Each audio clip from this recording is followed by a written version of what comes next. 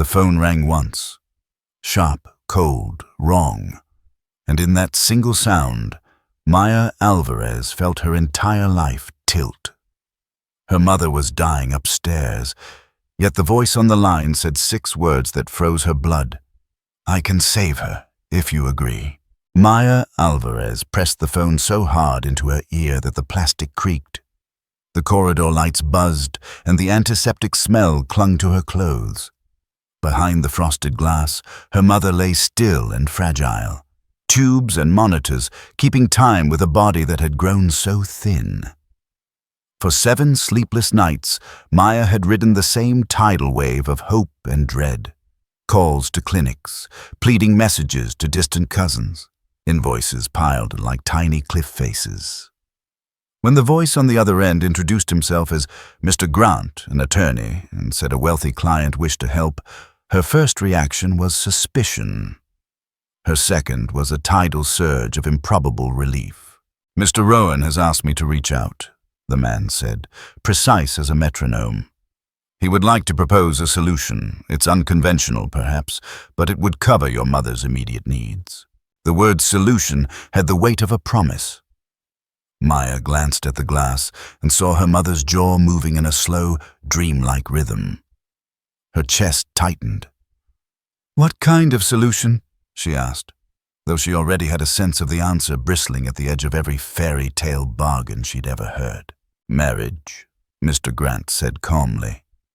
The word landed like a stone. Maya's laugh was a thing that she hadn't expected, a small, incredulous sound. "I don't even know him," she said. "How can—" "He will explain in person," the attorney replied. "He wants to meet you. Speak frankly. If you choose to proceed, the funds for your mother's operation and recovery will be provided immediately." Maya let the phone fall from her hand and watched it roll until it tapped the chair leg. The idea felt obscene, like trading a part of herself for a ledger entry, but the image of her mother's slow, oxygenated chest remained stubborn. A heart made of stubborn, necessary love. That night, she walked the hospital halls in a fog, the future reduced to a single urgent decision. The next afternoon, in a cafe that smelled of citrus and steam, Maya first saw him. He was at a corner table, a man whose presence suggested both old money and old sorrow. Ethan Rowan sat with a neat stack of documents and a soft, wary smile. He was in a wheelchair, his knees covered by a shawl, his hands shaded with the faint tremor of long-rehearsed fragility. His eyes, though, were bright and quick, as if they'd learned to take in the world 2 steps ahead. He spoke without preamble. "I need someone to marry me in name, to help me secure my place, legally and publicly. My family is complicated. My uncle is more of a force than a relative. He will do anything to remove me from the company, and I need an ally who has nothing to gain but everything to lose." Maya listened. She told him about her mother, Anna, and the tumor that had opened like a dark, uninvited bloom. She told him of loans denied, of the cruel bureaucracy of hospitals that charged by the hour for hope. Ethan did not offer pity. He offered a proposition.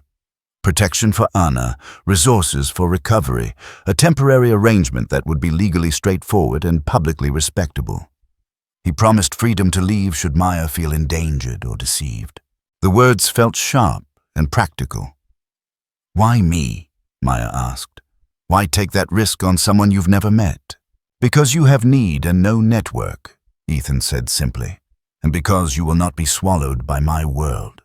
I need someone who is not already entangled in the politics of my family." Something in Ethan's voice, less arrogance than an exhaustion worn like armor, softened Maya. She thought of Anna, the woman who had raised her with thrift store novels and a stubborn faith in small kindnesses. She thought of the surgeon's blunt schedule and the anesthetic that would buy them more days. She thought, horrified and grateful, of the day when a wire transfer might mean the difference between life and an empty room.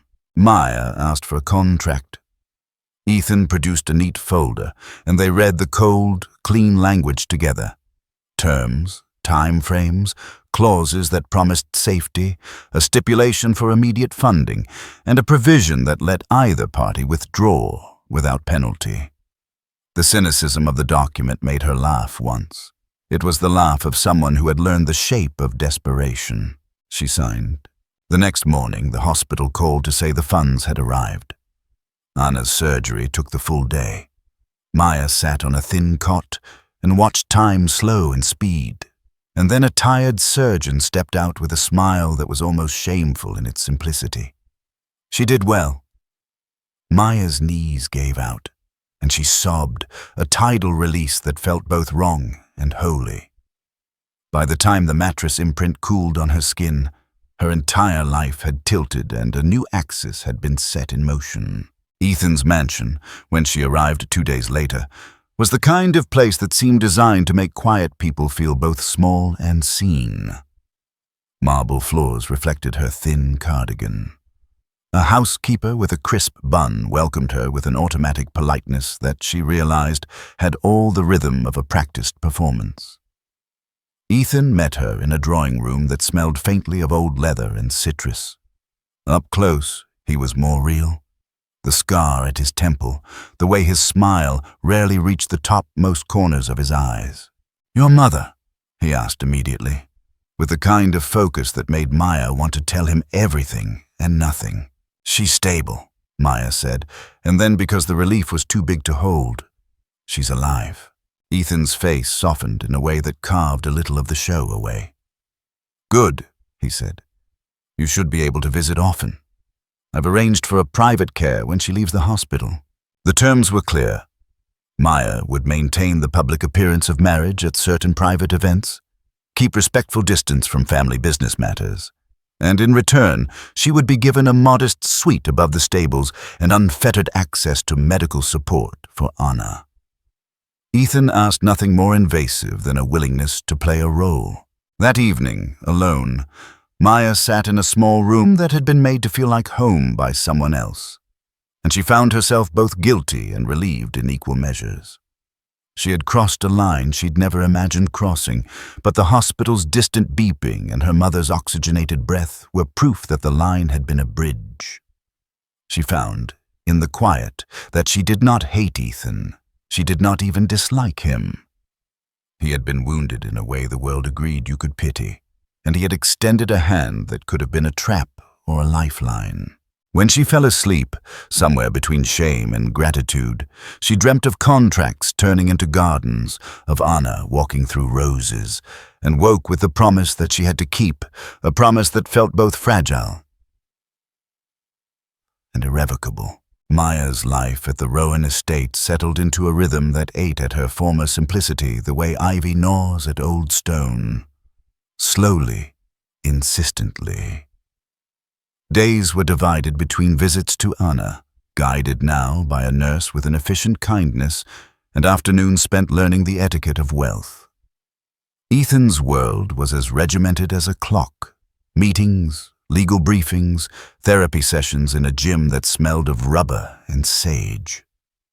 He allowed Maya access to some rooms and kept others curtained and private, as if certain parts of himself were still under repair. At first, she kept to the small pleasures she had always known. Making a plain stew that surprised the housekeeper, weeding the rose beds in the back garden until the dirt felt like a map under her nails, reading aloud sometimes from novels that Anna loved. Ethan watched quietly from doorways, sometimes listening with an expression that was both grateful and guarded. There were moments, small as moths, when a trust unspooled between them. The way he would accept a cup of tea without ceremony. The way she would find his handwritten notes tucked into files when he'd fallen asleep at his desk. But the estate's calm was only a sheen over a churning current. Victor Rowan, Ethan's uncle, a man with a predatory smile and a jaw built for deals, moved through the house like a storm front. He arrived unannounced one afternoon with Celeste, his wife, and the air in the drawing room thickened into accusation as soon as their voices began. Victor's presence carried the authority of a man who had learned to bend law to his advantage. Celeste's glances were knives wrapped in silk. They voiced, with the casual cruelty of people accustomed to being believed, the old narrative. Ethan was incapable, the company was flailing because of him, and the marriage was a thin smokescreen. Maya listened while rage and shame took turns in her chest. Victor's words were not only hammers, but also tests. He aimed to destabilize Ethan's surety by reminding him and everyone in the room of the stakes. Ethan did not rise to the bait. He squeezed Maya's hand under the table with an affection that felt more like solidarity than romance. "We have wedding preparations," he said, the line calm but brittle. "We will not waste our time on your theatrics." After the Rowan party left, Maya found Ethan in his study, lost among a cluster of photographs, his parents in a softer, truer light. Evidence of a life before litigation and bedpans. His hands hovered over the frames like a man tracing lost constellations. He told her, in a voice so raw she could feel it, about the accusation that had felled his parents and sent them to prison. A web of falsified ledgers, anonymous witnesses, and a judge who had accepted the narrative Victor wove as gospel. Ethan's plan, he said, was to gather the evidence and reopen the case, but he needed time and an image of strength. "I can pretend loyalty," Maya said, surprising herself with the steadiness in her own words. "I can show up. I can stand there and be part of the story you want the world to see." He looked at her then, and the light in his face had an almost religious quality, as if she had offered him something like absolution. "You don't know what that means, what they are capable of." "I know enough," she answered. She had felt their cruelty at the hospital. The way the board had quickly whispered to one another, the way loans had been refused with the clinical apathy of men who had never been hungry. She had known hunger for 27 years. She had watched her mother make tea and tell stories about the kindness of unlikely strangers. She could do this. Yet there were other truths that unfolded in quieter, more complicated ways. One night, by accident or fate, Maya found Ethan not in his wheelchair, but standing in the moonlit corridor, braced against the wall. He moved with a halting, careful grace that made her breath catch. He stumbled and fell, and Maya rushed to him with a panic that was immediate and animal. He laughed, a small, embarrassed sound, and tried to downplay it. "Why didn't you tell me?" she asked later, when the tremor had settled and he sat with a blanket over his knees. "Because if Victor knew I could stand, he would accelerate his campaign," Ethan said simply. "He would not let me build my case. He would use any sign of strength against me. For him, weakness is a key to rulership." The revelation cracked something open. Maya felt anger, yes, at being kept in the dark, but more than that, there was an ache. The slow recognition that Ethan's strategy required sacrifice that cut small, private pieces away from the person he wanted to be. He had let himself become a different sort of prisoner, one of perception. The realization made her fierce on his behalf. From that night, the nature of their relationship altered. It was no longer purely transactional. Maya moved from a place of pragmatic obligation into a space of protective devotion. She found herself tending to Ethan in ways the contract had never required, assisting with unsteady transfers, helping to massage a leg that ached with phantom fury, listening to the catalog of small humiliations that came with dependence. He reciprocated with gestures that were tender and oddly intimate. A note left by her pillow, a laugh that found her when she needed it, a hand at the small of her back as they walked through the rose garden. Meanwhile, the politics of the Rowan Empire churned. Ethan spent late hours with an older man named Rowan, an investigator with a sharp mind and a cigarette smoke patience, poring over documents that smelled faintly of burnt coffee and vindication. He was scrappy in a way the board was not. He believed in evidence, in the kind of stubborn truth that can be assembled in a courtroom like a mosaic. As the weeks slid toward the orchestrated nuptials, the household brimmed with a curious mixture of real affection and peril. Maya learned the contours of the house, The corridor that smelled of wax polish, the garden bench where Ethan liked to smoke when he forgot he shouldn't, the narrow door to the therapy room where he practiced walking with a therapist's help. She learned the sound of Victor's boots and the ease with which Celeste could make a lie sound like a precaution. On the eve of the wedding, when the mansion staff moved like ghosts arranging flowers into small, perfect coiffe, Maya sat alone in her room and thought of Anna. Her mother was improving steadily, the surgeon had said, but the path ahead was long. She felt the full measure of what she had traded: privacy, certainty, the cheap but honest dignity of her old life. Yet she also felt the gravity of a different truth.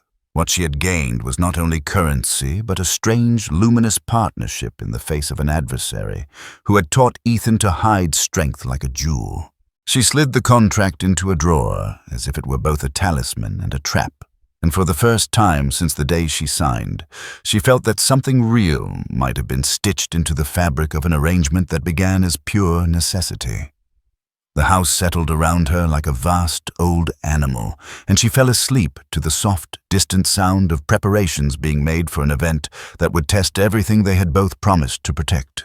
The morning of the wedding unfurled with a kind of careless brightness, as if the sun itself conspired to make betrayal look less ugly. White roses were arranged along the aisle, and linens were starched with the nervous precision of people who believed appearances could alter fate. Maya stood before a mirror she barely recognized, swathed in a simple ivory gown that belonged more to a life she'd once imagined than the one she had now adopted. Her hands trembled at the thought of vows she would speak, words that felt at once ancient and oddly performative. Ethan waited at the altar, the wheelchair framed by an ornamental arch of flowers, his hands folded with practiced composure. For a moment, watching him, she felt something like awe, not at the spectacle but at the quiet solidarity that had grown between them. Anna's voice drifted in her mind like a benediction. Money can't buy real love. If you find something real, hold on to it. The officiant's voice rose and fell. Guests sat like islands. Victor and Celeste loomed in their particular kind of composed, predatory splendor. And then Victor, with the theatrical timing of a man who delights in the dramatic, stepped forward. He cleared his throat and announced an objection. A hush fell like a hand. Cameras, subtle, discreet, or bluntly obvious, tilted to catch the moment. Victor's face was a mask of wounded propriety as he condemned the marriage as a sham and accused Ethan of deception. He can walk, Victor said, with the casual cruelty of a man naming a scandal. He is pretending. This marriage is a ruse. Maya felt the world tilt in the way it does when a floorboard gives beneath you. Heat flooded her cheeks. For a breath, she could not remember learning how to breathe. Ethan's jaw tightened, but he did not falter. Instead, he did something he had rehearsed only as possibility and hope. He rose. It was a quiet, private miracle. He pressed his hands to the arms of the wheelchair with the kind of determined patience she had watched him practice in therapy rooms, and the small, unsteady step he took forward had the weight of a confession. The gasp that ran through the crowd sounded like wind through trees. Victor's face, so used to sculpting narratives, lost its smug composure. He had expected to shame Ethan. He had not expected to witness his nephew reclaiming something that had been suppressed. "Your accusation is true in part," Ethan said, his voice steady and charged. "I can stand. I am rebuilding myself, but I never lied to gain sympathy. I concealed that rebuilding because he would have used it against me. He prefers a weak heir. He prefers control." He produced a small flash drive and held it like a detonator. "These are documents, witness statements, financial records, proof that my parents were framed and that Victor schemed to seize our legacy." He did not shout. His quiet contained an irrevocable charge. Victor flinched like a man struck. The cameras buzzed, the murmurs rose. No amount of Victorian polish could smooth the suddenly raw reveal. Celeste clutched at Victor's sleeve. and they moved through the crowd like a pair of frightened predators retreating from a fire, their armor brittle now. Victor's parting words, smears and threats, fell like gravel at Ethan's feet, unclean and empty. The officiant cleared his throat and, perhaps because the stunned world had shifted, asked the question that mattered most. Ethan looked to Maya as if he sought not only legal affirmation but human acceptance. His hand, when it reached for hers, was warm and real. "Do you take me?" the officiant asked. The word, for all its ceremonial weight, felt suddenly like a plea. Maya thought of Anna's hospital bed, of the trembling surgeon's smile, of the contract folded in a drawer. And how small it seemed now. She thought of the way Ethan had hidden his progress not out of malice, but out of strategic necessity, an act of self-preservation in a family where compassion was a currency he could not afford. She thought of the strange, ferocious tenderness that had taken root between them. "I do," she said, and her voice found a strength she did not know she had. The kiss they shared was careful and earnest, a promise more than a declaration. Around them, applause faltered and then grew, not unanimous but warming into something like support. Journalists jotted feverishly. Friends of Ethan, people who had quietly loved the man he used to be, offered soft congratulations. A new map of allegiances was being drawn, redrawn in real time. In the days that followed, the estate hummed with a different energy. Board meetings were called, and lawyers drafted responses. Ethan set to work, combining legal muscle and the quiet accumulation of evidence. Maya, once a near-invisible figure in the halls, became a center of small actions, hosting suppers where the right people were invited, listening to shareholders who had questions and answering with a candor that disarmed. Together they formed a public front that was both shield and spear. Victor attempted to retaliate with the procedural weapons he knew best. Filings, rumors, pressure on sympathetic board members.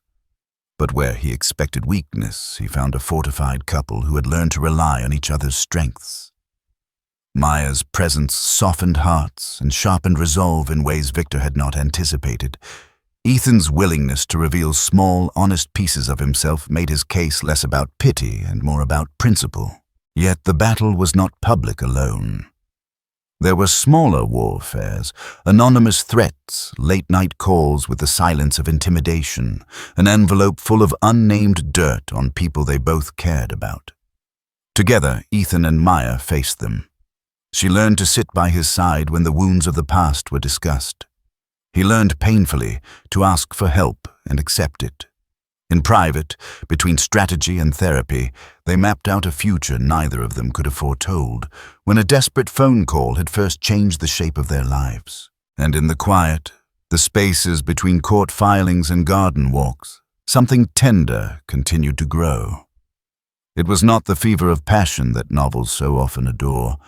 It was the slow, stubborn root of companionship. They learned to mar for each other in ways a contract had never permitted. Sharing fears at 3 a.m., meeting each other's small needs, laughing at the same absurdities. In public, they were partners. In private, they were becoming more than that. The path ahead still promised trials. Victor had not vanished. He prowled in the wings, and the legal system could be cruel and patient. But when Maya and Ethan stood together in the rose garden one twilight, the scent of flowers under their feet, they both felt a hard-won clarity. They had chosen each other not for ease, but because together they were a force that might just be enough to rewrite the story that had been told of them. The weeks that stretched between the wedding and the first court date were a flurry of meticulous preparation. Ethan and his legal team, small, loyal, relentlessly methodical, assembled the mosaic of proof that would show how Victor had orchestrated a campaign of deceit. Maya found herself at the nexus of social diplomacy and raw determination. She met with shareholders who had been uncertain, explaining not only legal details, but the human story beneath them. People responded less to the cold mechanics of accounting than to the narrative of a family fractured by greed. and to the very visible courage of a woman who had walked into opulence with a hospital bracelet still faint on her wrist. Victor struck back with the only weapon he truly knew how to wield: reputation. He leaked rumors of impropriety, suggested that Ethan's recovery was a ploy, whispered that Maya had been bought. For a time, the campaign was effective. Headlines splashed with insinuation, social gossip swelled. Maya felt a fresh sting of the kind of humiliation that had visited her before, a reminder that money and power could buy narratives as effectively as they bought silence. But there was a counterforce: evidence. Ethan and his team had built, patiently and painstakingly, a dossier. Witnesses willing to speak in whisper-quiet rooms, financial records showing signatures where none should be, email threads that could not be manufactured. When their case unspooled in the cooling air of a courtroom, the truth had the kind of brittle beauty that shatters lies like glass. Victor's smugness cracked under cross-examination. Celeste's practiced coolness melted into a defensive panic that only amplified the story of manipulation. Outside the courtroom, life did not pause. Anna's rehabilitation progressed slowly, but with the stubborn tenacity of someone who had always preferred small triumphs to grand declarations. Maya visited often, discussing books and recipes, feeling the net of obligation and love tighten into something steadfast. The contrast between her mother's quiet recovery and the roaring legal battles going on upstairs drew into focus the true currency of their fight: justice rather than revenge. One evening, after a particularly grueling hearing, Ethan and Maya walked the edge of the estate's lake. The sky was a slow bruise. Geese croaked in the reeds. Ethan took off the scarf he always wore, the one that had become a talisman against fatigue, and let it fall into his hands. He looked at her with an intensity that bypassed speech. "Thank you," he said simply, "for staying when you didn't have to. For everything." Maya's answer was a laugh, a sharp, slightly incredulous sound. "You saved my mother," she said.